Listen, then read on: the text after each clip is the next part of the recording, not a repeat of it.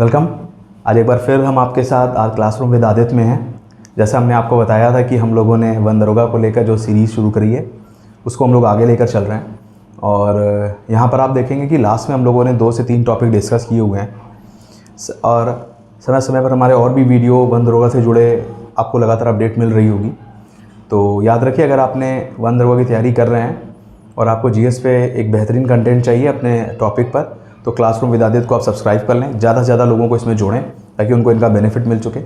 और आज हम लोग इसी दिशा में एक नए टॉपिक को लेकर आ रहे हैं। एक छोटा सा टॉपिक है, आपके यहाँ पर वन दरोगा के सिलेबस में दिया है और उसका नाम है कार्बन क्रेडिट। आप यहाँ देख सकते हैं। तो कार्बन क्रेडिट की अवधारणा पर आज हम लोग बात करेंगे इस जगह पर कि आखिर कार्बन क्रेडिट क्या है और कार्बन क्रेडिट की अवधारणा किस तरीके से काम करती है। बात आती है कि जब इस तरीके के सवाल जब आपको टॉपिक दिया जाता है तो इसमें सवाल कैसा आ सकता है। तो आप देखेंगे इसमें मेन सवाल हो सकता है कि कार्बन क्रेडिट क्या होता है, एक अवधारणात्मक सवाल होगा, और कुछ सवाल तथ्यात्मक होते हैं। CER क्या होता है, किस प्रोटोकॉल से ये अवधारणा आई हुई है, क्या समझते हैं। छोटा सा टॉपिक है, ऐसा नहीं कि इसमें आपको बहुत PhD करने की ज़रूरत है या इसमें 2 घंटे या 3 घंटे की वीडियो की ज़रूरत है, जिसको हम लोग वैसे भी सपोर्ट नहीं करते वन दरोगा के संदर्भ में अगर देखा जाए तो आप देखेंगे छोटा सा केवल 5 से 7 मिनट के अंदर आप इस पूरे कार्बन क्रेडिट की अवधारणा को समझ लेंगे। और अवधारणा के स्तर पर वही है, फैक्चुअल भी लगभग सभी चीज़ें शामिल हैं। आप अगर एक बार इस वीडियो को देख लेते हैं तो आपको कार्बन क्रेडिट एकदम क्लियर हो जाएगा। आपको करना ये कि अभी आप मेरी बात ध्यान से पहले बात सुनेंगे। अगर आप देखेंगे कि जब हम लोग बात करते हैं कि आखिर कार्बन क्रेडिट क्या होता है, ठीक है ना, तो देखिए आपको पता है इस पूरी दुनिया के अंदर जलवायु परिवर्तन को लेकर समस्याएं दिखाई दे रही हैं और हम सब ने ये बात जानी हुई है कि इन समस्याओं का जो मूल है वो इन समस्याओं का मूल है आपका कार्बन। ठीक है, कार्बन उत्सर्जन जो है वो हमारे लिए एक बड़ी समस्या के रूप में दिखाई देता है। अब अगर हम लोग बात करते हैं, आप देखते हैं कि जो विकसित हों चाहे विकासशील देश हों, हर किसी की अपनी ऊर्जा आवश्यकताएं हैं, हर किसी की अपनी विकास की दौड़ है। और इस विकास की दौड़ में हम लोग समय के साथ कार्बन डाइऑक्साइड या अन्य ग्रीन हाउस गैसों का उत्सर्जन लगातार वायुमंडल के अंदर बढ़ाते जा रहे हैं। जैसे जैसे विकास की गति तीव्र हो रही है वैसे वैसे जलवायु परिवर्तन का खतरा भी इस पूरी दुनिया के सामने तेज़ी से बढ़ा होता जा रहा है। तो इस पर लेकर बहुत सारी बैठकें शुरू हुई। आपको पता है जब 1972 का समय आया और स्टॉकहोम में जब पहली बार बैठक हुई पर्यावरण को लेकर, जो वैश्विक स्तर पर पर्यावरण की संवेदनशीलता की दिशा में उठाया गया एक पहला कदम था, उसके बाद से समय समय पर बैठकें होती रहीं और हमने उन मुद्दों पर चर्चा करी, उन चिंताओं को देखा कि आखिर कैसे हम लोग इस पूरे जलवायु परिवर्तन को, इस पूरे की प्रक्रिया को रोक सकते हैं और पर्यावरण संरक्षण की दिशा में आगे बढ़ सकते हैं। इसमें ही पाया गया कि क्योटो प्रोटोकॉल के अंदर कि हमें बहुत ज़्यादा ज़रूरी है कि जो कार्बन डाइऑक्साइड का उत्सर्जन है उसको बंद किया जाए। लेकिन समस्या ये है कि विकसित देश तो औद्योगिकरण को बहुत पहले से देख चुके हैं। इंडस्ट्रियलाइजेशन का लाभ विकसित देशों के पास पहले से है और विकासशील देशों ने अपने साम्राज्यवाद से आज़ाद होने के बाद अभी पिछले 40-50 साल के अंतर्गत जो स्वतंत्रता हासिल करी और उसके बाद से उनके यहाँ पर आप देखेंगे विशेषकर 80-90 के दशक से उनके यहाँ पर जो औद्योगिकरण का युग आया, उसके बाद से उन्हें औद्योगिकरण के लाभ मिलने शुरू हुए। लेकिन उसके साथ समस्याएं भी थीं और समस्याएं थी वही ग्रीन हाउस गैसेस और कार्बन डाइऑक्साइड का वायुमंडल में पहुँचना। इसलिए इन बैठकों में एक बात उभर के आई कि आखिर विकसित और विकासशील देश कैसे कैसे अपनी जिम्मेदारियों को निभाएं और कौन जिम्मेदार होगा जो वायुमंडल के अंदर कार्बन ज़्यादा से ज़्यादा पहुंच रही है, इसे कैसे रोका जाए। विकसित देशों का कहना था कि विकासशील देश अपने यहाँ पर रोकें, ज़्यादा से ज़्यादा वनों को लगाएं, और विकासशील देशों का ये कहना था कि भाई विकसित देशों ने इतने दिन अपने यहाँ उद्योग लगाए हुए हैं, अब आप अपने यहाँ पर उद्योग को बंद कर दीजिए। आपने अपने यहाँ तो पेड़ काट लिए और अब हमारे यहाँ जब उद्योग लगने हैं तो आप हमसे कह रहे हैं कि भाई पेड़ को काट दीजिए, उद्योग मत लगाइए। तो इस समस्या का हल कैसे लिया जाए। ऐसे में एक अवधारणा उभर कर आती है 1997 के अंदर, जब क्योटो प्रोटोकॉल चल रहा था। आपको पता है कि क्योटो प्रोटोकॉल पर्यावरण की दिशा के अंदर कार्बन डाइऑक्साइड के उत्सर्जन को रोकने के लिए किए गए प्रयासों में एक सबसे महत्वपूर्ण संधि है, क्योंकि ये कानूनी है और ये बाध्यकारी हुआ करती थी।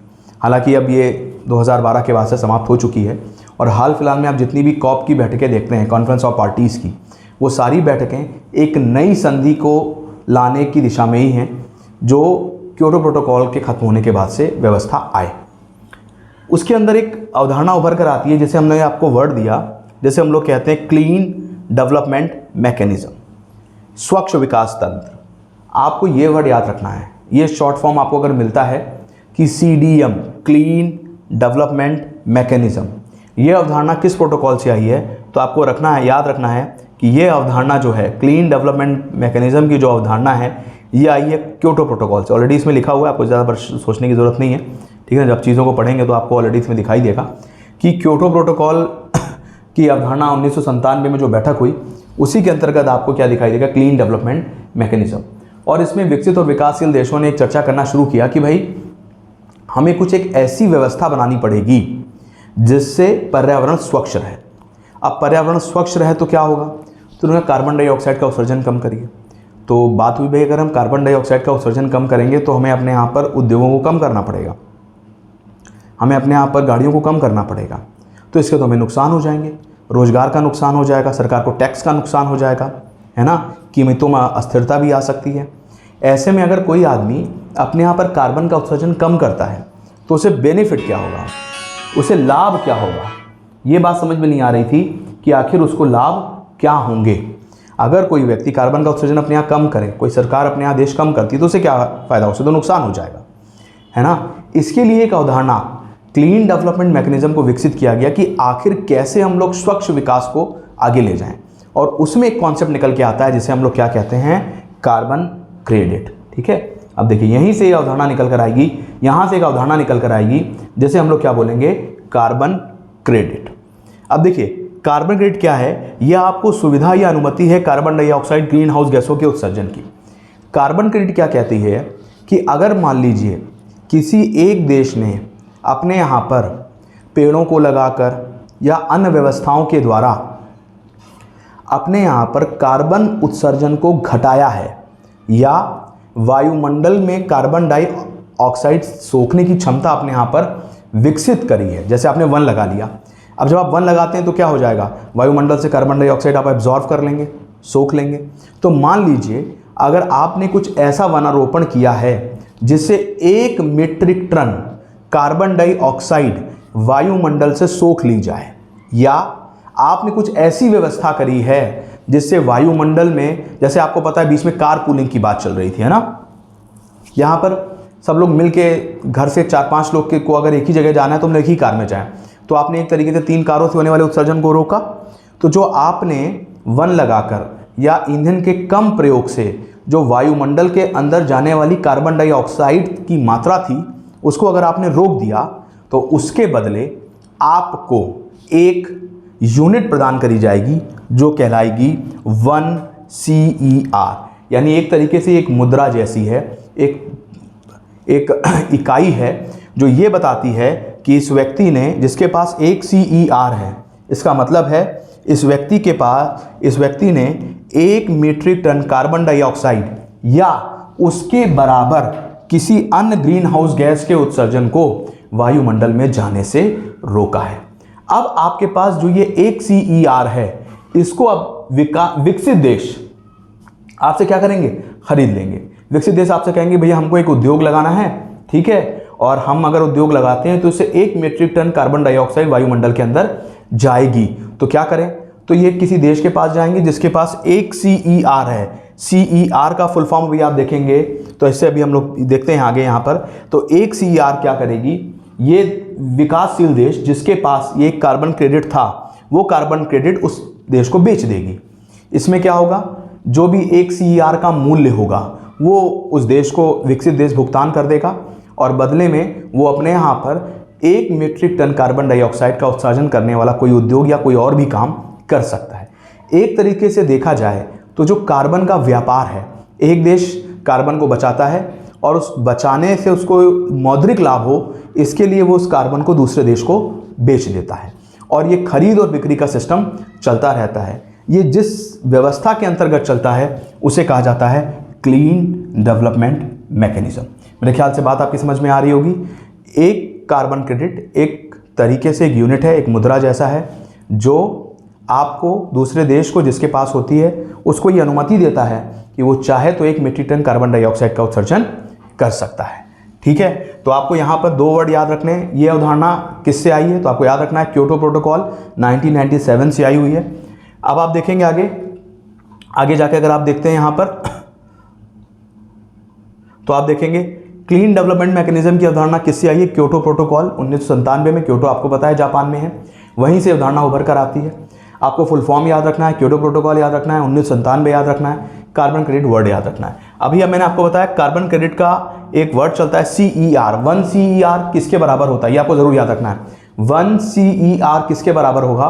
तो 1 CER is equal to 1 metric tonne carbon dioxide या उसके बराबर के ग्रीन हाउस गैस का उत्सर्जन। देखिए यहां पर मेंशन है 1 CER किसके बराबर होगा? 1 metric tonne of carbon dioxide या कार्बन डाइऑक्साइड के बराबर अन्य ग्रीन हाउस गैसों का उत्सर्जन।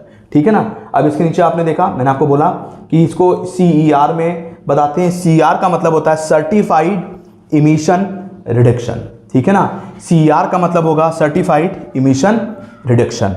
ठीक है, ये उत्सर्जन व्यापार का दृष्टिकोण है, इसको आप बेहतर समझ सकते हैं। आप बताइए पर्यावरण के लिए अच्छा है कि बुरा है? डेफिनेटली पर्यावरण के लिए अच्छा है। ये व्यापार क्या करता है? वायुमंडल से कार्बन डाइऑक्साइड को कम करने में योगदान करता है। ठीक है। इसी तरह एक वर्ड चलता है जैसे हम लोग बोलते हैं कार्बन ऑफसेट। कार्बन ऑफसेट भी यही बात कहता है, जहां पर 1 टन कार्बन डाइऑक्साइड को वायुमंडल से घटाया या हटाया जाता है। तो इससे एक वर्ड और देते हैं, कार्बन ऑफसेट करना, किसी चीज को खत्म करना। कार्बन ऑफसेट वायुमंडल से कार्बन डाइऑक्साइड को हटाने को निरूपित करता है। ठीक है ना। आपको याद रखना है कि कार्बन डाइऑक्साइड का जो भी ये कार्बन व्यापार है, ये सारा के सारा UN की अपनी एजेंसीज हैं, क्लीन डेवलपमेंट मैकेनिज्म है, इसी के अंतर्गत किया जाता है। तो इस अवधारणा को आपको इतना ही याद रखना है। आज की डेट में अगर हम लोग देखें तो एक CER जो है वो लगभग आप देखेंगे तो 28-29 रुपए के आसपास है। यानी अगर आपके पास 1 CER है तो आपको 29 रुपये मिल जाएंगे, या उसे कहा जाए तो $3 के आसपास है। ये ऊपर नीचे घटता बढ़ता रहता है। तो इस तरीके से इसे कोई, जैसे इसको UN अकाउंट में रखा जाता है, UNO के अकाउंट में रखते हैं, और इसे कोई निजी कंपनी या कोई देश खरीद सकता है। ठीक है ना। अभी इंडिविजुअल के लेवल पर ही नहीं है। तो इस तरह का आपको कार्बन क्रेडिट याद रखना है, जो वायुमंडल से कार्बन डाइऑक्साइड को कम करने में योगदान कर रहा है। इसके साथ ये अवधारणा इतनी ही है और आज के लिए इतना पर्याप्त है। आगे फिर से मिलेंगे। आपको लगता है कि आपको इस संबंध में आगे कुछ और भी पढ़ना है, या आपको कोई और भी अवधारणा में चीज़ नहीं समझ में आ रही, या कोई और आपके सवाल हैं, तो आप ये पूछ सकते हैं नीचे कमेंट में। और कोशिश करिए ज़्यादा से ज़्यादा इसको सब्सक्राइब करें, और ताकि हम इस बात को और आगे ले जा सकें। Thank you.